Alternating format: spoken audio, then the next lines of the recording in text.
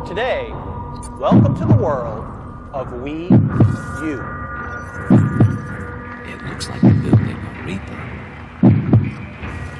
It's a system we will all enjoy together. This is the foundation of our next generation platform, PlayStation 4. Defense systems active.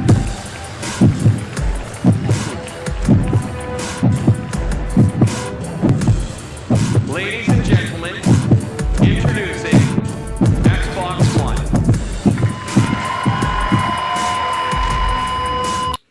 Hey there, thanks for tuning in. My name is Brendan Myrna, and thanks for watching Game Focus's E3 Prediction Roundtable. Today I will be joined by Game Focus Assistant Editor-in-Chief DJ Kinsey and Game Focus staff writers Nolan Forth and Jonathan Uula. Hope I got that right, Jonathan. And they will share their thoughts on what we should expect at this year's E3 event. And I'll ask them later on, what is the one thing they hope to see revealed?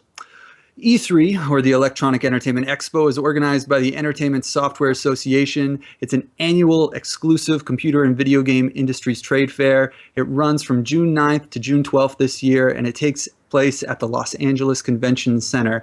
It's become known as one of the most important video game events of the year, and in order to get a ticket, you have to work in the industry. The very first E3 was way back in 1995 and provided companies involved in the video game industry a platform to share their gaming content. No such event existed before that time. The first E3 featured the reveal of the original Sony PlayStation, the announcement of the Sega Saturn, and Nintendo's unveiling of their Ultra 64, which later became known as the Nintendo 64. Some of the biggest games ever were first announced at E3: Resident Evil, StarCraft, Final Fantasy VII, Half-Life 1 and 2, The Legend of Zelda. You get the point. I could keep going, but you know, everything is announced at E3. If it's a big announcement and it concerns video games, it's going to be made there. This year's event probably won't be as dramatic as last year's, which saw Sony and Microsoft duel it out over their new consoles, and saw Nintendo try to woo fans over with Mario Kart, Smash Brothers. Mario Kart's recently come out. It will be very interesting to see what these companies have in store for the future of their consoles and what third-party developers have up their sleeves. I'm going to start off the roundtable event by asking Nolan, what do you think E3 is still a necessary event? I think it's definitely necessary for the companies. It's not necessary for us, the gamers, but this is where these companies put on their big shows and they hook us. If you look at last year's as an example, that was probably the most exciting one that I've ever seen, with the announcement of the new consoles and Microsoft's kind of rough presentation, then trumped by Sony's. So I definitely think it's beneficial for the companies. Gamers, I think it's a lot of hype that gets us excited and we buy into it. I don't know how it benefits us. Definitely them. Yeah, it's strange. I was just thinking about this the other day. There's often a period of time between games, almost a year elapses before we hear or see about them again. I'm trying to think of Ubisoft's game that's coming out, not Watch Dogs, but the other one takes place on the streets. I think it involves police. Division? Yeah, The Division. Yeah, that one. We haven't seen or heard anything about it for almost a year. Yeah. And you almost wonder, is it just a hype machine? Is that working? Is that building that game's hype? DJ, I'll follow that question up with you. What do you think about E3 and its relevance? I think it's pretty interesting because I often compare the video game industry with kind of like the Hollywood machine. And the Hollywood machine has the Oscars, the culmination of the final product of of the greatest that they've produced. And E3 it's kind of like the anti-Oscars. It's all of the hype is before anything is actually produced. No one's played it.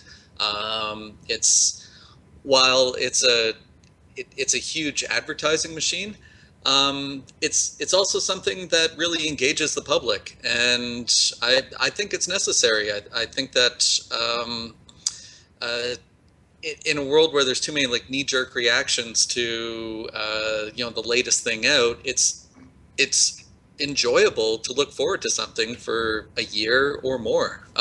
Just think of anyone thinking about The Last Guardian. I mean, people have been, drooling over that for half a decade. Oh, it's definitely a strange phenomenon, and it's definitely unique to, I think, the video game industry itself. I mean, I love when I picked up BioShock Infinite, and it said that it was a winner of on its box art of 43 awards. I mean, the game had never been released yet, but it had already won 43 distinct awards. It's pretty unique. Not many film mediums get that kind of attention. Yeah, it's like a hockey team kind of Yeah. getting the I don't know, the pre-season Stanley Cup or something like that. Yeah, no, exactly. Yeah. Jonathan, I'll take your take on E3 and its importance. Well, I don't know whether or not to say if it's necessary, but I'm kind of in that same box where I think if nothing else, it at least gives a wide variety of people some news, So whether or not you're a hardcore gamer and you're really up to date on what's coming out and what's new in the scene, it also gives people who might not be as deep into it an opportunity to kind of learn about what's going on across the playing field. So at least if nothing else that, because, there are some things that I really delve into, whether it be Sony or Microsoft or Nintendo, but then there are other things that I might not be too certain of. And so that's where kind of at least E3 helps me figure out some stuff and what's going on in the scope of things. Yeah, I'm always interested to see what kind of indie game content we're going to see. I know Capybara Games this year. I mean, I think a large event like E3 gives them a platform to expand their audience in a way that no other medium kind of gets that ability. To have a small, independent, Toronto-based developer, a platform that the biggest AAA games are going to have. You're almost at the same level at an event like this. It's pretty cool and pretty unique. Whether it continues or not in the future, I'm not sure. I think it's going to be an industry standard myself. I just think that the hype machine behind it and, there's nothing else quite like it in the video game industry. I think it's going to remain for sure. And I think, like what DJ and Nolan said in that sense that companies really like Nintendo, like Microsoft, they probably can't, at this moment anyways, afford to let something like that slip by, right? They want to create as much hype as they can for whatever it is that they have coming out, whether it be this year, next year, or the following. Oh, yeah. No, I think Sony really liked the hype machine last year. They use that to their advantage big time. I guess what we can do now is we can switch over. We're going to talk a little bit about each company and kind of predict what they have in store for us. See if it's anything unexpected or more of the same. I know it's always interesting to see. It's always fun to play this game. Even though it's all, completely made up in our heads, but we'll see where it goes. I'll ask you, Nolan, what do you think about Nintendo?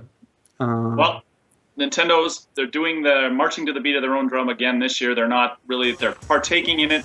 They're doing their regular Nintendo Direct digitally instead of doing a grand stage show like the other two companies do. Yeah. I don't think there's going to be anything too surprising from Nintendo this year. I think, just like most years, they're going to focus on their intellectual properties, their Smash Brothers, their Mario Kart, stuff like that. They're having a Smash Brothers tournament. Don't think we're going to see anything surprising. The new Zelda is rumored that we might finally see that after the stage demo that was done a few years ago when the Wii U was announced. That's a big one, but it's still just your traditional Nintendo stuff. The the toys, like the Skylander toys, are supposed to make an appearance. I'm interested to see what they do with that, because they're going to have to propose something pretty interesting for somebody to choose Nintendo character Skylander type toys over the Skylander ones that are already making millions and millions. Well, really, even after the release of Mario Kart, you got to be thinking, is that all Nintendo has in store for us this year? I mean, I'm hoping we see some kind of announcements of games that are going to be released this year. I hope do you think they at least we'll have get a any? release date for Smash Brothers. Yeah, I think so. Definitely, for sure. And there's also that rumored Mario Maker. I don't know if you've had a chance to look at that at all, or Yeah, I did. So somebody was lucky enough to get a photo, apparently, of a booth. So it's a 3DS game, and it's supposed to be a create your own level, Mario level. Depending on how they present that, I think that could be something exciting, but like those the Nintendo Classic redos that the Wii U have had, something like that where you create your own. If they capitalize on sharing it socially over the Nintendo network, that kind of thing, I think that could be something special. Not a big deal, not a system seller, especially it's supposed to be for the 3DS, which is already killing it. Like that's a successful. And judging by, there's a couple of leaks of Nintendo presentation or Nintendo lineup. I don't know how much credit are put into them, but it looks like it's going to be another stellar year for 3DS owners, not so much for Wii U owners. So apparently the new Star Fox is a 3DS game. All kinds of stuff for them. Another Dragon Quest. I haven't seen one of those in a long time. So 3DS owners are being spoiled. Last year was a stellar year for them.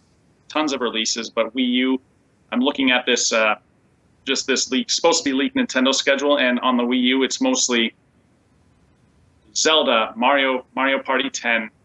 The only third party I see is Bayonetta 2, which they announced a while ago, and we haven't seen anything really since then. That's a pretty exciting exclusive that they've nabbed up. But when they advertised the Wii U originally, third party products were going to feature majorly on that, and I haven't seen too many except for the initial releases. So I would like to see third party announcements at this E3, but I imagine that it will be more of the same from the Nintendo. They're successful on it. Like everybody loves Nintendo. I love Nintendo. I love my Mario games and my Mario Kart. I'm going to buy them, but I'd like to see something else from somebody else for their systems. Because that has you buy. Sorry, like your Mario Kart, your Mario games, that has you buying one game a year. Exactly. If Nintendo's going to stay afloat, they need to get some new IPs or something. Yeah, and it's almost become their niche. That's their niche now. Guys like me in their late 20s, early 30s, we grew up with Nintendo, so we're gonna buy it no matter what it is. But sometimes we need something else. It's my Mickey Mouse, Mario. Yeah. It's Mario Maker really intrigued me. It's kind of disappointing to hear if it is a 3DS title. I really thought it was going to be kind of their Little Big Planet or their version of perhaps even Minecraft, which I know every child or every kid I talk to, he just is absolutely obsessed with Minecraft. And I thought, if Nintendo could somehow get into that market, capture the imaginations of those kids again, wouldn't that be great? Yeah. But I mean, even the fact that they're again holding a conference away from E3. Last year, I thought it was just because Sony and Microsoft would be talking about their consoles. They'd obviously have the show, but this year it really feels like they're trying to shift away from the E3 we know, or maybe the video games industry the way we know it. They've definitely taken themselves out of that race, that best console race with Microsoft and Sony. So they've obviously put themselves on their own, and that's their intent. But yeah, I don't know if it's going to benefit them. Yeah, it'll be really interesting to see if they can come out and shock us. A Zelda game, I know, would definitely be a nice surprise. Didn't they say they were going to start focusing a lot too on a lot of like health stuff? They did. I don't know if they'll. It doesn't sound like it's going to be anything too game related. Yeah. So I don't know if they might announce something at E3. I couldn't find too much information on that. That's probably something that's going to be separate from their gaming aspects. And I can't picture that being a good idea. I mean, we're going to have heartbeat sensors on our phones in the future. I mean, we're not going to want a Nintendo console to tell us we're in shape or out of shape. We'll have our phones to do that for us. So. One rumor that I did come across, nothing confirmed, was that maybe they're thinking of dropping the controller. I did hear that, actually. I was going to ask you that. Yeah, that's... Yeah. I don't see how... That was one of the selling points for me, but I don't see how dropping it would benefit. Nobody's done anything interested with it since the launch games, but somebody could. I don't see how dropping it. It's not a Kinect. Yeah, that's not a Kinect. It wouldn't be a Microsoft, but... I mean, the idea of playing video games on my toilet, Mario on my toilet sounded really cool. So, I mean, it would be kind of a shame if they let that go. I want to see third parties tackle it. Yeah. I'm never touching your gamepad, dude. Oh, Yeah. hey, it's my gamepad. No one else is touching that. Well, we'll go on now. We'll switch over to Sony. DJ, I want to hear your thoughts. Tell me, what do you think Sony has in store for us this year? Well, Sony's really walking into E3 this year like in a position of strength. They were by far made the strongest impression at last year's event, and their sales are exceeding Microsoft's significantly. 7 million to 5 million was kind of the numbers about a month ago. Given that, I think that what we're going to hear from Sony this year, it's all going to be about the software. I know people have been talking about Project Morpheus, but Project Morpheus, I think, isn't going to sell systems, and it's not going to get people excited in the short term. VR is cool, but it's a little too out there. So I don't think we're going to hear much about that. But it's going to be about the software. They've got a couple of big sequels, which I think we're going to hear a lot more about. It's no small secret that Uncharted 4 is going to be probably the main showpiece for the power of the PS4. Just after they fired everyone who made the other one. Yeah. No. But I kind of see that Sony is banking on here. Uncharted 4 is going to be the game that's going to make your eyeballs explode. It's just going to. So that's going to be their showpiece, kind of for what the PS4 can do. I think we're going to hear about God of War 4 as well. After the disappointment of Ascension, the franchise needs to rebound. But I think that both Uncharted 4 and God of War 4 are going to be 2015 releases. Yeah. And I think that leaves Sony in a position of they need to make what's our big ticket item for 2014 that's coming out.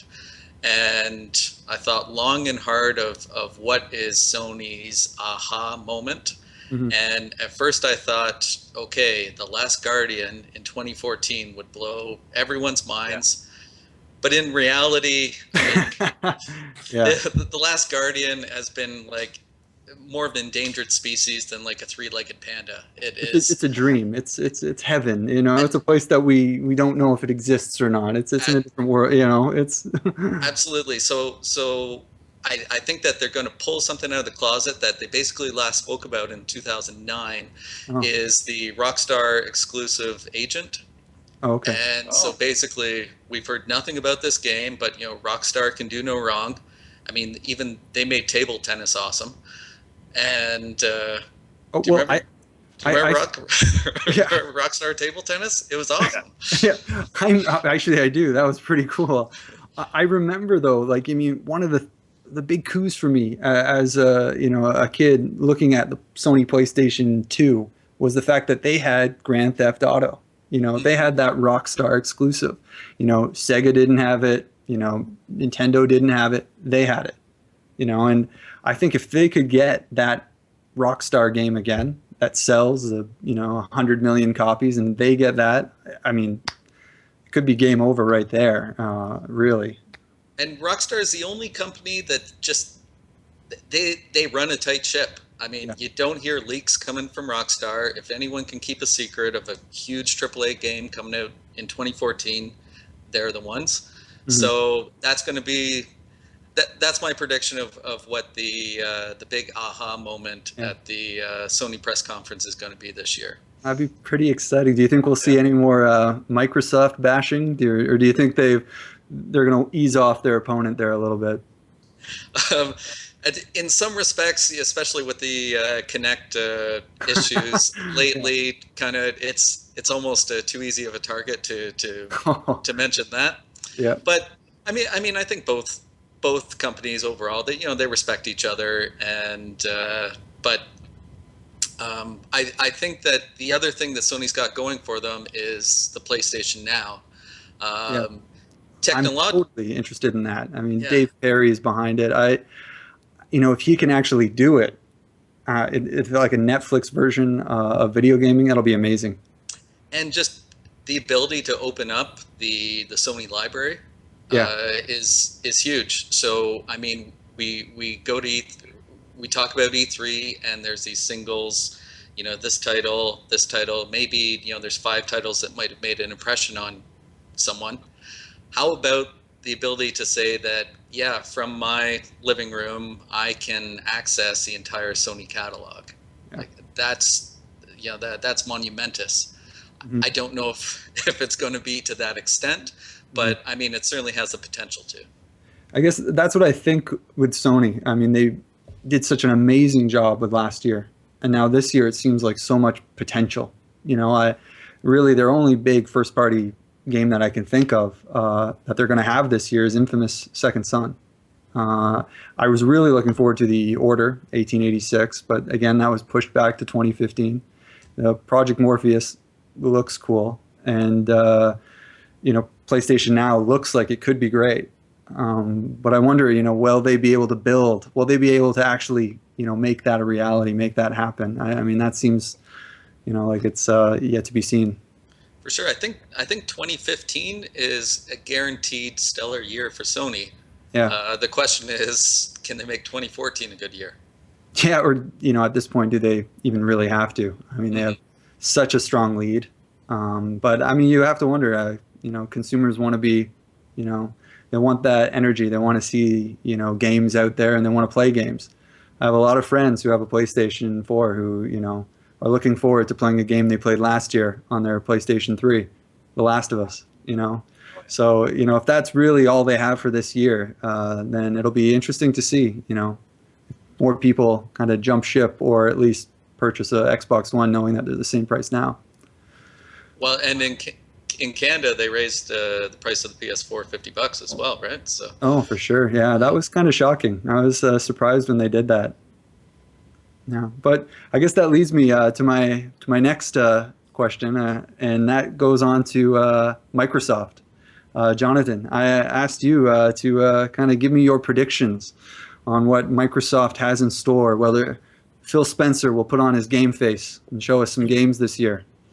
Yeah, for sure. And before I even get started, DJ, you're dead on the money there with Rockstar making table tennis awesome, dude. It almost made me buy a pair of small red shorts. But with Xbox, like I was saying earlier, I think they're very aware of the criticism that they've been receiving. Whether it be because of dropping the Kinect or even going back from when originally they were reversing a bunch of policies. So at the very least, though, I think that makes us aware that they're listening to their consumer base. And whether or not people are hating on those decisions or there's those last minute decisions, at the very least, they are trying to rectify whatever they feel they've wronged consumers with. So I think that they're pretty aware of that. Phil Spencer also, he kind of seems like a dude that's a little more in touch with his fan base, I could kind of picture him pulling like all-nighter sessions of Gears of War multiplayer or something, where as Mark Whitten, I really couldn't, he seemed too business for me in that sense. Don Matrick, I mean, that guy, he got under my skin.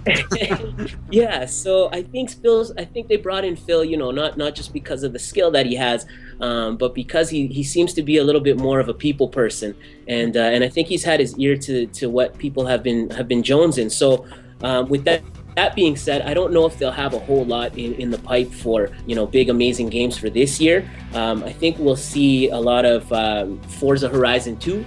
Yeah. We'll probably see Sunset Overdrive, which has been another big one that they've been touting, and then beyond that, I think we will probably see some teases, maybe something to do with Halo, whether it be the TV show or any type of new game coming up. Maybe that Fables Legends we might get a peek at. Not too certain. So I think it'll be a focus on some games that we've already kind of heard of coming down the woodwork, and a bit of teaser. Yeah, I have to feel I have the most optimism for Microsoft coming into this E3. They were in such a bad position last year. There was so much fanfare against them. Whether it was the DRM policy, the price. Or even the specs of the console itself, they were a pretty easy target, and it'll be really interesting to see if they can kind of turn that negative energy into something positive. I mean, I think in terms of, you're absolutely right. They have their fingers on the pulse of their community. They were listening. I think Phil Spencer was it was a great move bringing him in. And I think, taking away the Kinect or not making it a mandatory purchase with the console was another genius stroke. They had to do it. Do you think they should have saved that for E3, or was it good to get it out of the way early? I imagine walking out on stage on their conference saying, "Today, Kinect or Xbox is available without Kinect today in stores." I almost wonder. I wonder if that makes me think they'll have something bigger up their sleeve, or if that's just me being overly optimistic, and all we get is Forza Horizon 2. I'm not sure. I think they aired out the dirty laundry, in advance, so that it wouldn't just distract from or detract from any of their true game announcements. Yeah, I mean, that's sorry. No, that was exactly what I was thinking in terms of whether or not they were going to talk all that much about the fact that they dropped the Kinect, or if they were just going to try to keep that fastball going and then kind of shift it under the rug as quickly as possible. But it seems like, they're trying to just get it out of the way first to kind of take that blow and keep it going. Well, Sony last year dropped the mic. This year, maybe Microsoft dropped the Kinect. I don't know. Maybe that would have been a little too weird. I'm not sure. But I think that leads into my next question for you guys. This is kind of a fun question. It's always nice to, imagine, what E3 could bring us. I guess, DJ, you kind of have that with your Rockstar agent there. But let's think. I'll ask you, Nolan, first. What would you love to see at this year's E3, even if it might not happen? But, what do you think could happen? Well, there's a few things. I'd want to see more Mortal Kombat. That was announced a couple of weeks ago. I want to see what they're doing for the next-gen versions of that. I want to see Nintendo maybe surprise us with some third parties, or maybe surprise us with something more similar to the services that Microsoft and PlayStation are offering, so cross-buy, those kind of things. So if I bought all the old Nintendo games on my Wii U, why can't they just transfer over to my 3DS? Something like that kind of service. Absolutely. And what I don't want to see is I don't want to see any more ports of games. I don't want to see another Last of Us, another game that was released a year ago. I want to see Mass Effect 4. I want to see a trailer for that, but I got a feeling what we're going to see is a trailer, maybe a trailer for that, and then an announcement of a Mass Effect trilogy for next gen. Yeah, I think we're going to see an unconverted trilogy. I which think I'll only be interested in if they redo the ending. Yeah, there you go. I think we're going to see a lot of Dragon Age 3, whether we get Mass Effect 4. I mean, that would be really cool. And maybe it'll be Mass Effect 4, the new ending or something like that. An entire game that just makes up for that ending. And yeah, I'm going to add to this question, what don't you want to see? That was a good idea. DJ, what do you want to see and what don't you want to see at this year's E3? Well, I definitely want to hear that Rare is hard at work on Kinect Sports Rivals 2. All right. Yep. Okay. All seriously, the one game which I think deserves a sequel, and it would just make me over the moon to hear, is if they actually are working on a follow-up to PsyOps: The Mindgate Conspiracy. 2004 release. I would say it's in the top 3 games on the original Xbox. Yeah. It was absolutely brilliant, and a way more successful game. The Force Unleashed stole all of their good ideas from that game. So I would absolutely love to hear that we're going to get something new with that. Yep. And what I don't want to see, I don't want to see any more standard driving games. I'm getting kind of tired of these incremental increases in how shiny the car is. There's this 2005 model Lamborghini in this. If there's going to be some new racing series, what I want to see with those is a unique take on the gameplay. I still fall back as the second best game on the original Xbox, Project Gotham Racing. They introduced that whole kudos system. And I love that. That was great. Absolutely. And so if we're going to see a new racing game, it's got to have, something specific about it that makes it distinct and more fun than some of the ultra realistic games that we've been seeing lately. And if they do go ultra realistic, I want to see a racing game where your car, if you're traveling 140 kilometers an hour into the wall, crumples up. I want to see at least some real physics like that. Well, Burnout did that, except it was arcadey, I guess. Yeah. 2 seconds later, you were back on the road with rubber band physics that let you get back to the top of the pack. But I hear you for sure. Cool. And Jonathan, tell me, what do you want to see and what don't you want to see at this year's E3? What I would want to see if it was kind of a dream world, I'd love to see maybe Remedy come out and say something about whether or not they're going to do a new project, if it's going to be specifically with Microsoft, if they'll do a follow-up to Alan Wake. What I don't know if necessarily what I don't want to see, but what I kind of get a little weary of seeing is all the sports games with just EA behind them, like hockey and football. I get a little bit reluctant when it comes to seeing those games, especially because I tried out that UFC demo, and when they were showing the screenshots, a lot of it looked nice, just like they're showing with the football and the hockey game. But I felt like the controls on it were a little bit wonky, and so when there's not much competition on the field, it makes the game a little bit dry, I think. So we'll see if that can deliver. But yeah, I think my most desire would be something like Remedy taking the stage and letting us know what's up. Okay, cool. And remember when 2K Sports had all the sports games come out at the same time? They had kept EA on their game. Yeah, definitely. Yeah, I'd love to see 2K get license back from NFL. That would be amazing. That would be really cool. Definitely. One thing I noticed about the UFC demo is, the screenshots looked amazing. Yet when I loaded the demo up, I couldn't help but think, it looks very familiar to the Xbox 360, PS3 versions. It didn't look like it was that kind of difference that I was expecting based on the screenshots. Oddly enough, the best looking person in that UFC game is Yves Levine, the referee. Like he's a dead ringer for Yves Levine in real life, but Gustafsson, I don't know. I wasn't too impressed with that character model.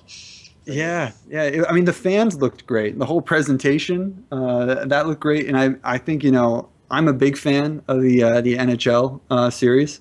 I play way too much of it. I've broken way too many controllers because of it. And, I've probably sworn at a few 12-year-olds because of that game. But, it's one of those games that I'm really interested to see and what they do with next year or with the next gen consoles. Whether it will be that difference, whether that year they took off is really worth it, or if they were just torturing us Canadian next generation owners. I want to see some good AI, good defensive AI in that. Yeah. I want to see an inclusion of some of the new hockey analytics in a game like that. I think that would be cool.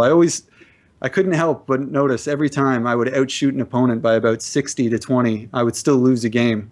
And, that doesn't seem very realistic to me. So it'll be interesting to see. What I always thought would be a simple addition that I'd love to see is if they had like a plethora of announcers. And so for different games, they rotate through a bunch of different announcers. And I thought that'd be kind of a small update, but something that would kind of stick too. That'd be pretty awesome. Yeah. They did get rid of Tony Clement and the other guy. Yeah, they did. Yeah. Well, 2K had Bob Cole and Harry Neal for at least 1 year. Yeah, 2K6, that was amazing. Yes. That was very cool. I guess, what I find surprising about our entire discussion is we didn't once mention Destiny, Bungie's big, new IP. Whether it's because it's an MMO and we're not big MMO fans or if we're just not that interested, I'm not sure. What are your guys' thoughts on Destiny? I'm looking forward to it, but there's a lot of other stuff that I want to. Last year, that Destiny was probably one of the reasons I bought my next-gen console, but it's kind of fallen off my radar ever since some of the delays and all these other games, Dragon Age Inquisition, even Diablo 3. the Ultimate Evil Edition. That's coming out in August. So it's Yeah. kind of fun. Still excited about it. Kind of fallen off my radar. Haven't heard too much about it. Cool. DJ? You know, I think it'll be technically impressive, but I'm just not that excited about it. Something strictly multiplayer. I much more enjoy something with a strong single player story associated with it. And you know, to get to know and love the characters, like Last of Us is always brought up, but like Joel and Ellie are two characters that'll stay in the back of my head till I'm old and gray. and I know I'm not going to get that from Destiny. Yeah. And Jonathan? I'm not really huge on first-person shooters, but you know, if there's a company that could do it, it'd be Bungie that would get me interested in something like that. Whether or not I'd spend a lot of my life playing it, I'm not 100% certain, but you know, it'd be exciting to at least take a peek at. I don't know if you guys saw that somebody leaked like 15 minutes of the beta that they were playing on, and those videos got yanked down pretty quickly. Oh, really? Yeah. Just a couple of days ago. Yeah. You know what? You know, here's my crazy prediction. We're going to see PS4 exclusive Titanfall 2. No, I don't think we're going to see that. But that would be a real coup. We'll see. But I mean, I think it was an awesome discussion, guys. Thanks so much for coming out. And thanks to you people watching. I hope you enjoyed it. If there's anything we missed, please, you know, let us know in the comments. If there's anything you want to add, just, you know, comment below. And thanks for coming to Game Focus. Thanks a lot. Thanks for coming out, guys. Yeah, Thanks for having me, man. Take care.